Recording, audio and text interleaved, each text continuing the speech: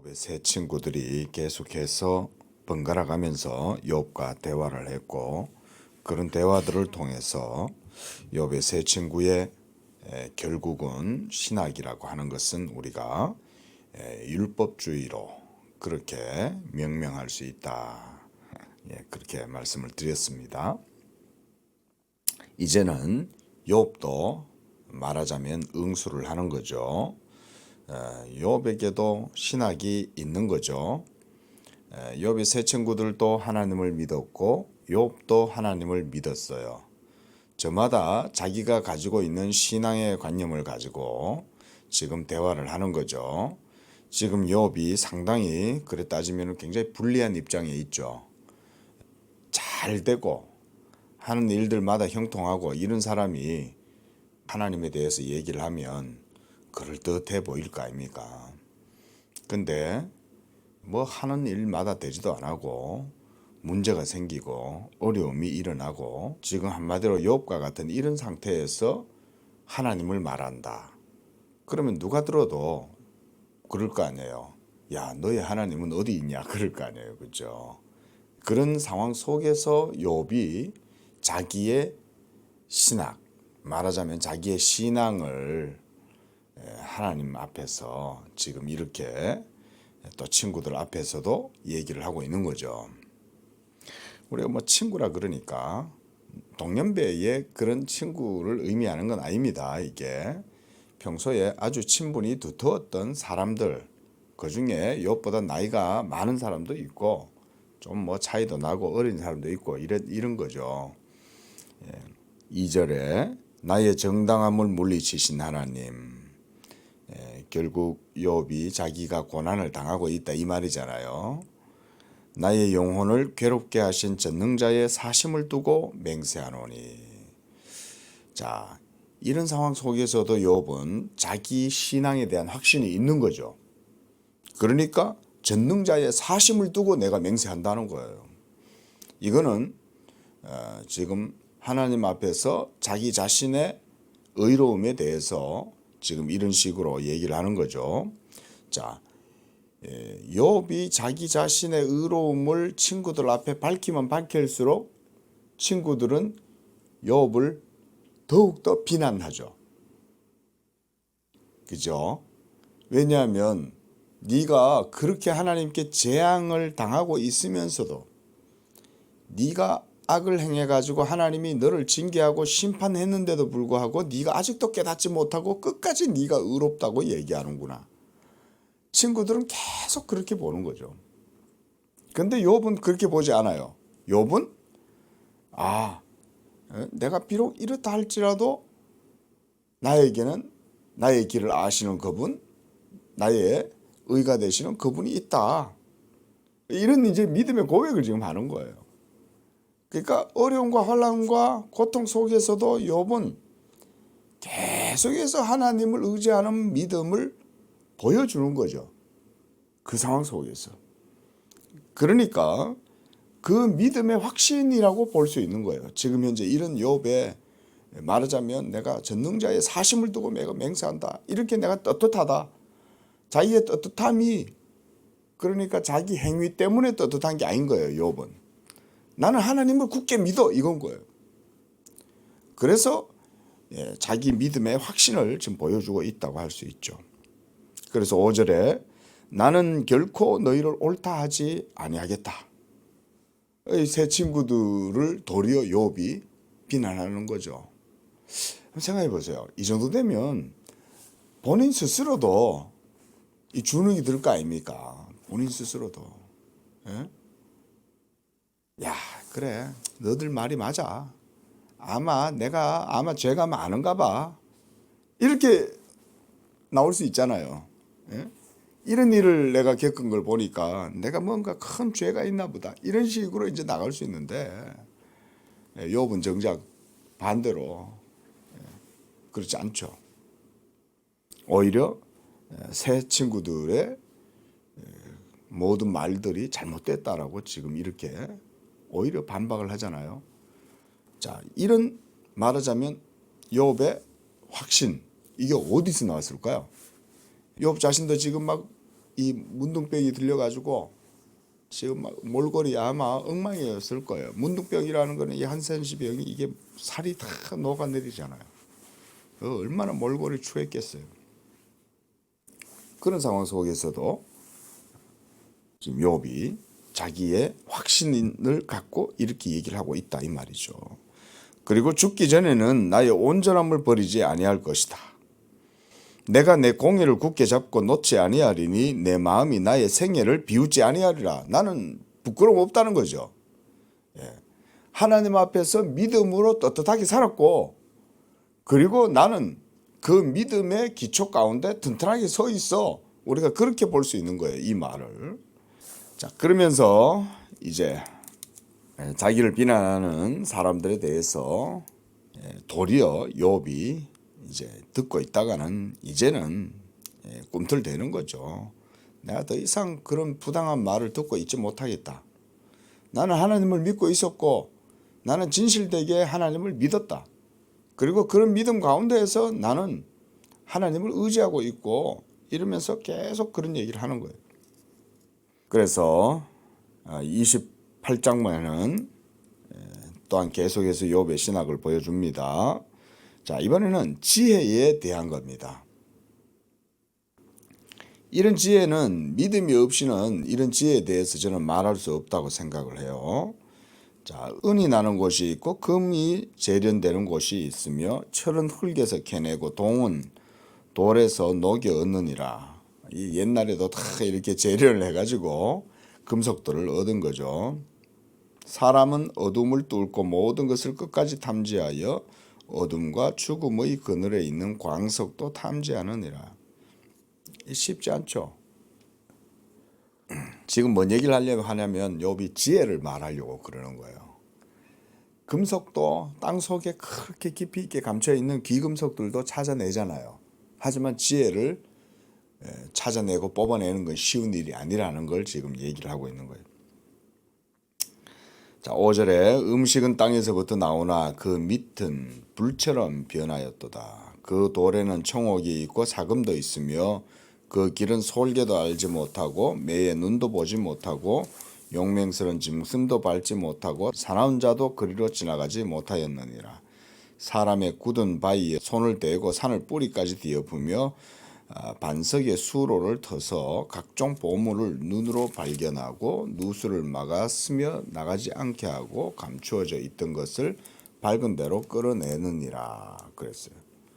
그러나 지혜는 어디서 얻고 명철이 있는 곳은 어딘가? 그렇죠? 다이아몬드를 캐내려고 광산이 어마어마한 광산을 캐내잖아요. 그거 조그마한 다이아몬드 캐내려고. 근데 지혜는 그거조차도 찾기 어렵다는 거예요. 다이아몬드 하나 찾아내는 게 엄청나잖아요. 다이아몬드 광산에 가면. 예? 그럼 어마어마하게 넓은 땅을 산을 부수고 땅을 다 파내가지고 깊이 들어가가지고는 하다 보면 어쩌다가 다이아몬드 이런 거 하나 발견하고 이러면 어마어마하게 그러면 채산성이 있잖아요. 예?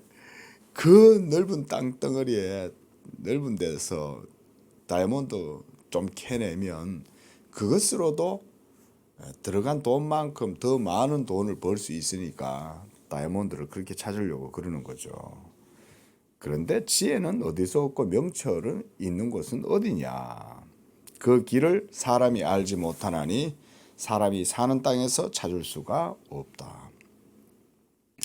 깊은 물이 이르기를 이런 식으로 이제 비유를 드는 거죠. 물 속에서도 있지 않다고 말하고 바다도 있지 않다고 말하고 또 15절에 그 지혜는 순금과 은으로도 그 값을 당하지 못하고 그리고 오빌의 금이나 청옥수나 남보석으로도 그 값을 당하지 못하고 아마 오빌이란 곳은 금이 많은 것 같아요. 예? 이게 보면 시편에도 보면 오빌에 대한 금이 나오잖아요. 자, 그리고 20절에 그런즉 지혜는 어디서 오며 명철이 머무는 것은 어디냐? 다시 이렇게 이제 반복해서 얘기를 하죠. 자, 지금 욥이 이 말하는 이유가 뭐예요? 자기 믿음의 확신의 뿌리, 자기의 믿음의 기초, 이거를 밝히고 있는 거죠. 한마디로 자기를 변론하고 있는 거예요. 그러니까 그 지혜라고 하는 것은 뭐겠어요? 하나님의 말씀이죠. 우리가 구약에서는 하나님의 말씀을 지혜로 표현한다 그랬잖아요. 신약적인 표현으로는 그 하나님의 말씀은 여호와의 말씀, 태초에 계신 말씀 로고스라고 말했고, 구약시대 때는 호쿠마, 지혜라고 그랬어요. 한마디로 욥의 믿음의 본질이나 기초는 하나님의 말씀에 있고, 그래서 욥이 지금 지혜에 대해서 지금 얘기를 하고 있는 거예요. 그래서 이제 이 지혜를 이런 식으로 지금 시적으로 묘사를 하는 겁니다. 그래서 모든 생물의 눈에 숨겨졌고 공중의 새에게 가려졌으며 22절 멸망과 사망도 이르기를 우리가 귀로 그 소문은 들었다라고 그렇게 말한다는 거예요. 멸망과 사망조차도. 그 지혜는 발견되기 어렵다는 거죠. 지혜를 소유한다는 것은 더더욱 어려운 겁니다. 하지만 23절에 하나님이 그 길을 아시며 있는 곳을 아시나니 이는 그가 땅끝까지 감찰하고 온 천하를 살피고 바람의 무게를 정하고 물의 분량을 정하고 비를 내리는 법칙을 정하고 비구름과 길과 우레의 법칙을 만드셨습니다. 한마디로 이걸 보고 우리가 노모스라고 그러는 거예요. 이게 이제 율법인 거예요. 율법. 온 세계 만물의 법칙. 이게 분명하게 온 세계 가운데 있죠. 온 세계 가운데 하나님의 율법의 창조의 법칙이 있지 않습니까? 이게. 그래서 그때에 그가 보시고 선포하시고 굳게 세우시며 탐구하셨고 창조죠. 하나님이. 그 다음 또 사람에게 말씀하셨도다. 보라 주를 경외함이 지혜요 악을 떠남이 명철이니라. 29장 나는 지난 세월과 하나님이 나를 보호하셨던 때가 다시 오기를 원하노라. 그러니까 지금 고난을 당하고 있잖아요. 그 고난 당하기 이전에 욥은 하나님과 함께 했죠. 하나님을 잘 섬겼던 거예요. 그리고 그때 하나님께서도 욥에게 많은 복과 은혜를 주셨고, 그러니까 욥이 지난 세월과 하나님이 나를 보호했던 그때가 다시 오기를 원하노라 이렇게 말하고 있는 거죠. 한마디로 지금까지 욥은 자기 신앙과 이런 걸 얘기한다 할지라도 결국 자기 변론을 하고 있는 거죠. 자기의 믿음의 변론을 새 친구들한테 하고 있는 거예요. 3절에 보세요. 그때는 그의 등불이 내 머리에 빛이었고, 이걸 보고 우리가 조명이라고 하잖아요. 신학적인 용어죠. 조명. 하나님의 일루미네이션. 내적인 조명. 하나님께서 우리 안에서 자기의 빛을 비추시는 거죠. 그래서 그의 등불이 내 머리에 비추었다. 이게 욥이 말하자면 참된 신앙 가운데 있었다는 것을 보여주는 거죠. 우리가 믿음 안에는 조명이 있죠.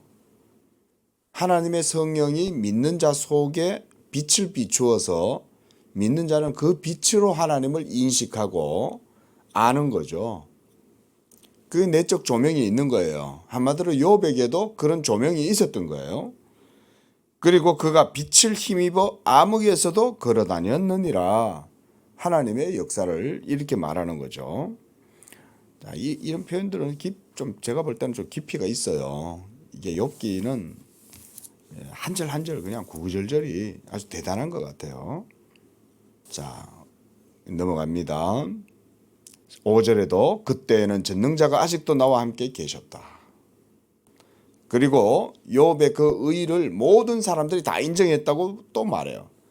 젊은이들이 나를 둘렀고 저주로 내 발자취를 씻고 바위가 나를 위하여 기름 시내를 쏟아냈고 이러면서 욥이 여호와께 받은 그 복에 대해서 말하고 있는 겁니다.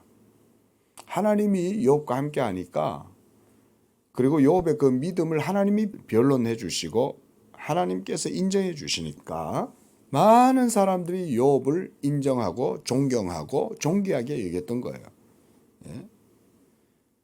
그래서 많은 사람들이 심지어 15절에 보면 망하게 된 자도 나를 위하여 복을 빌었다. 욥을 엄청 존경하는 거죠. 옛날에는 그랬다는 거예요. 자, 이런 말을 욥이 지금 왜 하고 있을까요? 친구들한테 자기 자신에 대해서 지금 이런 식으로 표현하는 거죠. 너들이 나에 대해 가지고 그런 식으로 정죄하고 비난하지만 나는 하나님을 의지하고 있어. 그리고 나의 그 하나님께 대한 참된 믿음 때문에 하나님이 내게 복도 주셨고, 그리고 많은 사람들이 나를 존경하고 인정해 줬어. 그 말 하는 거죠, 지금. 그래서 계속 18절도 보면 내가, 19절도 내 뿌리는, 20절엔 내 영광은 이런 식으로 계속 이런 식으로 표현하는 거죠. 자, 넘어가겠습니다. 이런 식으로 계속 욥이 자기 자신의 의에 대해서 변론하고 있다라는 것을 알 수가 있습니다. 오늘 말씀을 다시 한번 정리해 보면 욥이 이제 자기 자신의 신앙을 친구들 앞에서 직접적으로 이제 변론하는 그런 내용들이라고 할 수가 있어요. 이전에는 친구들이 그러니까 막 괴로워가지고 너들 왜 그래 이런 식의 논조였다가 이제는 가만 보니까 이제 그게 아니거든. 이 친구들이 내 믿음 자체를 완전히 분쇄시키고 이렇게 완전히 나를 무너뜨리고 있구나. 그런데 욥 자신이 무너지는 건 괜찮은데 욥과 함께 하셨던 하나님, 욥을 의롭다고 하신 하나님, 그리고 그 하나님께 대한 욥의 믿음까지 무너뜨리는 건 이건 문제가 있는 거죠. 누군가가 여러분을 비난하거나 조롱하거나 멸시한다. 그거는 우리가 감당할 수 있어요. 그런데 여러분과 함께 하시는 하나님을 모욕한다든지 그러는 거는 이건 얘기가 다르죠. 제가 볼 때는 욥은 물론 자기 자신의 의로움을 지금 이렇게 믿음에다가 두고 믿음의 확신을 지금 밝히고 있는 것은 맞지만 또 너무 친구들이 나가면 그렇지 않다는 것도 얘기해 줘야 되는 거죠. 나와 이때까지 함께 하신 그 하나님의 역사, 하나님의 은혜는 아무렇게나 그거는 무시를 당하면 안 되는 거죠. 하나님이 지금까지 내게 은총을 베풀어 주셨고 조명해 주셨고 그래서 나를 존귀하게 해 주셨다. 그 모두가 다 하나님이 하신 건데 그것까지 비난하는 것은 그것은 부당하다. 이렇게 보는 겁니다. 기도하겠습니다. 자비로우신 하나님 아버지, 지혜는 어디서 얻고 그 지식은 우리가 어디서 찾을 수가 있겠습니까? 오직 여호와를 경외하는 것이 지혜요. 그것이 생명의 근본이 됨을 이렇게 욥이 하나님 앞에서 고백하는 것을 봅니다. 이와 같이 우리들도 오직 여호와를 경외하고 하나님께 대한 참된 믿음과 또한 무엇보다 지혜에 대한 확신을 가지고 우리가 하나님 앞에서 온전함을 이루어 하나님께 영광을 돌리는 그런 삶이 되도록 우리의 믿음과 삶도 붙들어 주시옵소서. 예수님의 이름으로 기도합니다. 아멘.